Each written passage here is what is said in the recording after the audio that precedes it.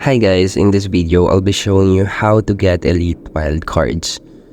So basically, when you open a chest and once you open this chest and you have a level 14 card that you have received in that chest, you will not longer receive a set of coin or new cards for that card. Instead, you will receive a elite wild card.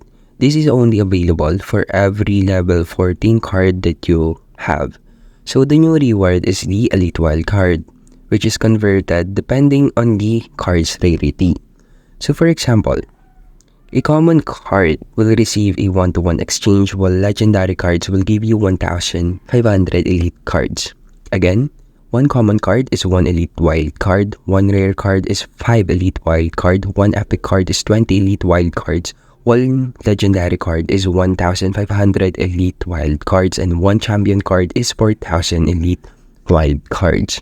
These elite wild cards can be earned by purchasing or trading for cards that a player has gotten to level 14. This may be unreliable for players without many cards already at level 14.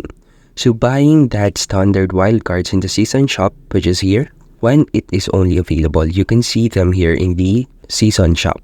So just wait for it, since it is very recommended, since elite wild cards are very rare, or competing in classic challenges like the Grand Challenge or the Mega Draft Challenge. So basically that's it. You just need to wait for rare chests and also avail it in the shop. That's how you can get elite wild cards in Clash Royale, and thank you for listening.